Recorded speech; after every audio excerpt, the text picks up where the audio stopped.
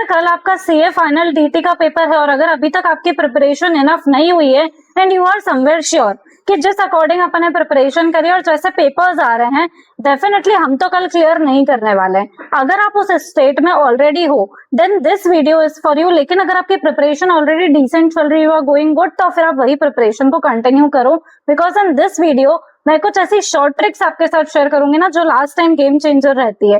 Because DT का paper pattern एकदम fixed रहता है, इंस्टीट्यूट हमेशा वैसा ही पेपर पूछता है, तो उस पेपर पैटर्न के हिसाब से काफी लूप होल्स है जिसको निकालकर हम कम मेहनत में भी क्लियर कर सकते हैं। बट अगेन ये सिर्फ उन्हीं लोगों के लिए जिन लोगों की कोई भी प्रिपरेशन नहीं हुई है, क्योंकि इसमें थोड़ी बहुत तो रिस्क फिर भी रहती है। तो अगर आपकी एकदम स्मूथ प्रिपरेशन चल रही है तो आप वैसे ही कंटिन्यू करो, ठीक है। अब सबसे मेन बात आती है कि इसमें रिस्क कब रहेगी, जब आप इसको उस तरीके से एग्जीक्यूट नहीं करोगे जैसे मैं बता रही हूँ। अदरवाइज इसमें कोई भी रिस्क नहीं है, ये फॉलो करके आपके 40, 45, 50 तक मार्क्स तो इजीली आ सकते हैं। अभी जो अपने पास एक दिन का टाइम लेफ्ट है सिर्फ उसी में क्या करना है, एकदम शुरुआत से नोट डाउन करते हुए चलो कि आपको क्या क्या करना है। मैं सिर्फ आपको 10, 11 चैप्टर्स बताने वाली हूँ, to be very specific 11 chapters मैं आपको बताऊंगी। इन 11 के अलावा आपको 12th चैप्टर को टच भी नहीं करना, आपका वैसे ही काम बन जाएगा। ये 11 चैप्टर्स आपको पेपर में 80, 90 मार्क्स के दिखने वाले हैं, जिसमें से आप इजीली अगर आप थोड़े रिस्क लेके भी चल रहे हो तो भी आप 45, 50 तो स्कोर कर ही लोगे, ठीक है। अब स्टार्ट करते हैं। फर्स्ट 3 चैप्टर्स में जो आपको बता रही हूँ सब कुछ करना है, इसमें कोई शॉर्टकट नहीं लगेगा, कोई इंपॉर्टेंट टॉपिक्स में आपको नहीं दे रही हूँ, कुछ भी नहीं बता रही हूँ। सो ये चैप्टर्स है first of all charitable trust, then transfer pricing, ठीक है। ये 2 चैप्टर्स आपको फुल फ्लेज्ड करने हैं और डीटी डबल है। डीटी डबल है तो छोटा सा चैप्टर है।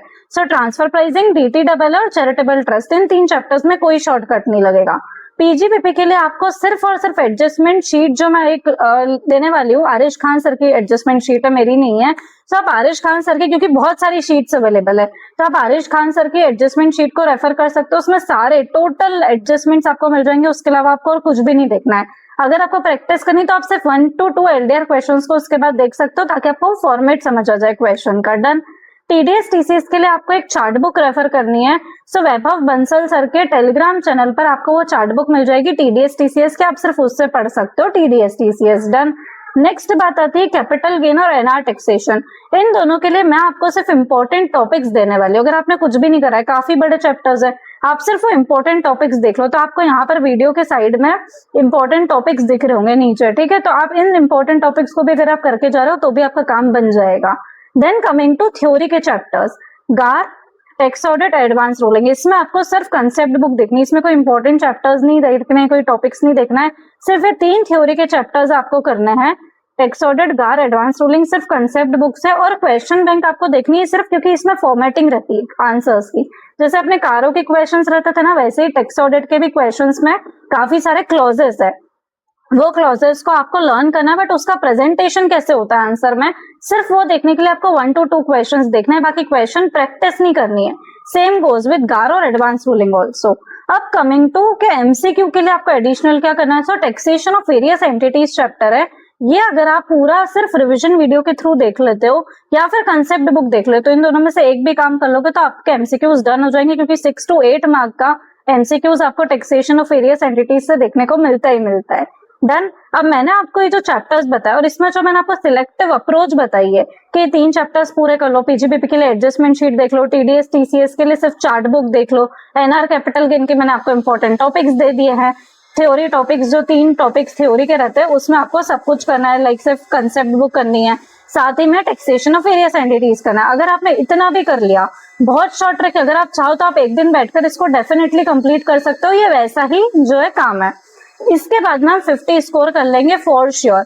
अब आपको ध्यान रखना है कि मैंने जो भी ये चैप्टर्स आपको बताए इसके अकॉर्डिंग आपको एग्जाम में 5th क्वेश्चन जो है वो स्किप करना है, क्योंकि 5th क्वेश्चन में काफी सारे चैप्टर्स आते हैं, मतलब डायरेक्ट क्वेश्चंस आएंगे बट काफी सारे क्वेश्चंस आ सकते हैं, मतलब असेसमेंट प्रोसीजर जैसे BEPS, model tax convention, case laws और 1-2 अनप्रेडिक्टेबल चैप्टर्स से भी आते हैं, तो अपने को पता ही नहीं है। सो बेटर है कि आप 5th क्वेश्चन को स्किप करो और बाकी सारे क्वेश्चंस अटेम्प्ट करो। अगर सपोज आपका प्रैक्टिकल बिल्कुल अच्छा नहीं, आप थ्योरी में ज्यादा कंफर्टेबल हो, तो आप बीईपीएस, मॉडल टैक्स कन्वेंशन और असेसमेंट प्रोसीजर ये तीनों कर लेना, 5th क्वेश्चन आप अटेम्प्ट कर पाओगे।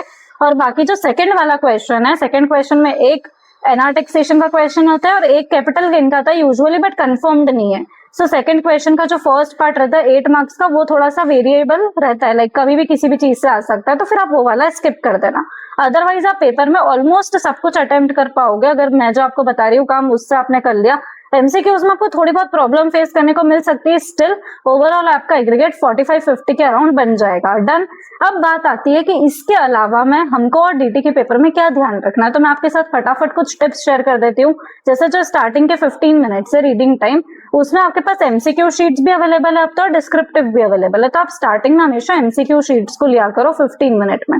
उस एमसीक्यू शीट में स्टार्टिंग के 5 to 6 मिनट में अगर आपको लगता है कि हाँ एकदम स्मूथली एमसीक्यूज मुझसे बन रहा है और मैं मैनेज कर पा रहा हूँ, तो फिर आप एमसीक्यूज को ही सॉल्व करने का रखो। कब तक? स्टार्टिंग के 10-12 मिनट्स में। डन। आपको क्या करना है, हमने तो क्वेश्चन सोच ही रखा है कि हम कौन सा क्वेश्चन स्किप करेंगे, तो आपसे वो 5th क्वेश्चन में देख लेना एक बार कि क्या हमने जो सोचा है वहां से ही क्वेश्चन आए क्या। अगर वहां से ही आए तो फिर आपको उसको हटा देना है साइड में, तो वो तो सिर्फ लाइक आधे मिनट या 1 मिनट का काम रहेगा। देन कमिंग टू के इसके बाद हमको थर्ड जो क्वेश्चन है, जिस थर्ड क्वेश्चन में आपको एक चैरिटेबल ट्रस्ट का क्वेश्चन मिलेगा फर्स्ट पार्ट, और सेकंड पार्ट आपको मिलेगा अपना डबल टैक्सेशन का। अगर आपको जानना है, आपको नहीं पता है कि इसका पेपर पैटर्न कैसा रहता है, तो आप मेरी जो डीटी की 1.5 डे स्ट्रेटेजी वो देख सकते हो, उसमें मैंने पूरा पेपर पैटर्न आपके साथ डिस्कस करा हुआ है। सो अभी हम चल रहे थे कि जो थर्ड क्वेश्चन आने वाला है डबल टैक्सेशन और चैरिटेबल ट्रस्ट का, ये आपको माइंड में फ्रेम करके रख लेना है कि आप कैसे सॉल्व करोगे, क्योंकि जैसे ही वो 3 आवर्स स्टार्ट होता है अपन को वो वाला क्वेश्चन करना स्टार्ट कर देना है बिना कुछ सोचे, बिना टाइम वेस्ट किए, ताकि आपको पेपर में बैठकर ये सोचना ना पड़े कि अब इसमें मुझे क्या काम करना है। जैसे ही लिखना स्टार्ट हुआ आप भी अपना प्रेजेंटेशन स्टार्ट कर दो। अब हमने थर्ड क्वेश्चन को ही क्यों चूज करा, उसका सिंपल सा रीजन ये, क्योंकि पूरे पेपर में थर्ड क्वेश्चन सबसे ज्यादा मार्क्स स्कोरिंग रहता है, उसके बाद 4th क्वेश्चन, उसके बाद 6th क्वेश्चन रहता है। तो अपनी जो पेपर अटेम्प्ट करने की सीक्वेंस रहेगी वो भी इसी अकॉर्डिंग रहेगी। तो जैसे ही अपने वो 3 आवर्स स्टार्ट हुआ, 15 मिनट का अपने समझ लेना है, स्टार्टिंग के 10-11 मिनट्स में हम एमसीक्यू सॉल्व कर रहे हैं अगर हमको जम रहा है तो, अदरवाइज फिर आप 5 मिनट्स पर ही उसको ड्रॉप करके फिर आप 5th क्वेश्चन एक बार कंफर्म कर लो, और फिर आप 3rd क्वेश्चन और 4th क्वेश्चन दोनों माइंड में सॉल्व करके रख लो। अगर आपका एमसीक्यूज ही जम रहा है फिर तो आप एमसीक्यूज ही करो 10-11 मिनट तक, फिर 5th क्वेश्चन देख लो कि वहां से ही आया ना, तो स्किप करना है, और फिर सिर्फ 3rd क्वेश्चन आप माइंड में सॉल्व करके रख लो। अब 3 आवर्स के बाद आपको सबसे फर्स्ट 3rd क्वेश्चन अटेम्प्ट करना है, देन आपको 4th अटेम्प्ट करना है, और उसके बाद 6th अटेम्प्ट करना है। इन सबको अटेम्प्ट करने के लिए मैक्स आपको 1 आवर 30 मिनट्स लगना चाहिए, इससे ज्यादा टाइम नहीं लगना चाहिए। इसके बाद में फिर आपको एमसीक्यूज पिक करने हैं। बहुत सारे लोग अभी है ना, मुझे 1-2 डाउट्स ऐसे आए थे कि मैम हम एमसीक्यू शीट में ओएमआर शीट में मार्क करना भूल गए जल्दी में, तो ये काम बिल्कुल भी नहीं करना है, साथों साथ आप मार्क करते हुए चलो, ठीक है। सो जो 35-40 मिनट्स का अपने को टाइम लेना है, इसमें अपने को एमसीक्यू सॉल्व करना है पेपर में। सो आपके पेपर में 2 आवर्स 10 मिनट तक अभी तक 3rd 4th question, 2nd question और एमसीक्यूज ये सब हो चुके होंगे। अब 2 आवर्स 10 मिनट के बाद आपको 2nd क्वेश्चन को पिक करना है, उसको सॉल्व करना है, और जो लास्ट के आपके पास कुछ 10-15 मिनट्स रह जाते हैं जिसमें हमने पीजीबीपी की एडजस्टमेंट शीट रेफर करी हुई है, सब उसको सॉल्व कर सकते हो। अभी इसमें एक छोटा सा ट्रिक अगर मैं आपको बताती हूँ, सो जहां पर भी टैक्स कैलकुलेशन आता है, जैसे कि एनआर में आता है, डबल टैक्सेशन में आता है, कैपिटल गेन में आता है, पीजीबीपी में आता है, तो जहां जहां टैक्स कैलकुलेशन आता है वहां पर आप थोड़ा सा स्किप करके नेक्स्ट क्वेश्चन पे आगे बढ़ सकते हो। क्यों? क्योंकि काफी कम चांसेस रहते हैं कि अपने टोटल इनकम जो वो सही निकल जाएगी। अगर टोटल इनकम सही नहीं निकलेगी तो टैक्स कैलकुलेशन करने का मतलब नहीं है। तो एक स्मार्ट ट्रिक है जो आप यूज कर सकते हो पेपर में। डन। अब जो फर्स्ट क्वेश्चन है आप टाइम के हिसाब से देख लेना। अगर आपको लगे कि मेरे पास सिर्फ 5 to 7 मिनट्स ही बचे हैं तो आप क्या करना कि पॉइंट लिखते हैं अपन। जैसे क्वेश्चन की फ्रेमिंग कैसे होती है, नेट प्रॉफिट से अपन स्टार्ट करते हैं। नेट प्रॉफिट लिखा, उसके बाद सारे ऐड वाला आइटम्स लिखते हैं, फिर लेस वाले लिखते हैं, फिर टोटल इनकम निकालते हैं, सेट ऑफ क्लबिंग डिडक्शन जो काम करना रहता है वो करता है, फिर लास्ट में टैक्स कैलकुलेशन करते हैं, उसके बाद वर्किंग नोट्स लिखते हैं।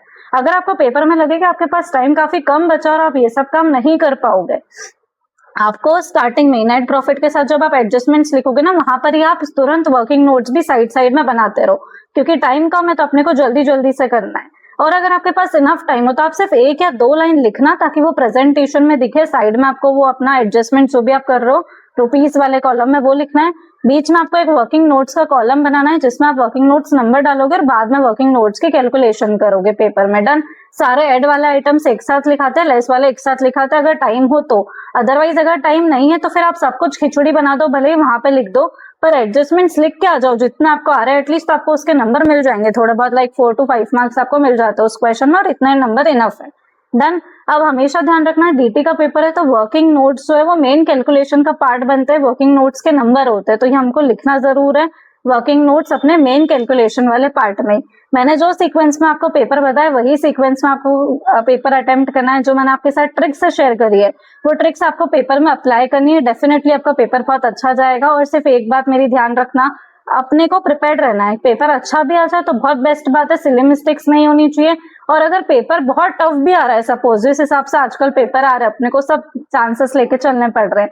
अगर सपोज पेपर टफ आ रहा है, इस टाइम पे सिर्फ वही स्टूडेंट पेपर को क्लियर कर पाएगा जो कि पेपर अटेम्प्ट कर रहा है। अगर आपको पेपर में कुछ नहीं आ रहा है ना, तो आप भले ही क्वेश्चन में जो गिवन है वही लिख कर आ जाओ, पर क्वेश्चन अटेम्प्ट जरूर करो, ताकि अगर इंस्टीट्यूट का भी कोई गलत कर रहा है, कुछ बोनस मार्क्स दे रहा है, तो आप उसका क्राइटेरिया जो है उसके अंदर फॉल कर सको। डन। सो पेपर अटेम्प्ट पूरा करना है। पेपर टफ भी आ जाता है तो पैनिक नहीं करना है, जितना आ रहा है उतना लिखना है, क्योंकि इस डीटी में स्टेप मार्किंग्स के थ्रू ही आप नंबर कवर कर सकते हो। तो जितनी स्टेप्स है उतनी लिख कर आना।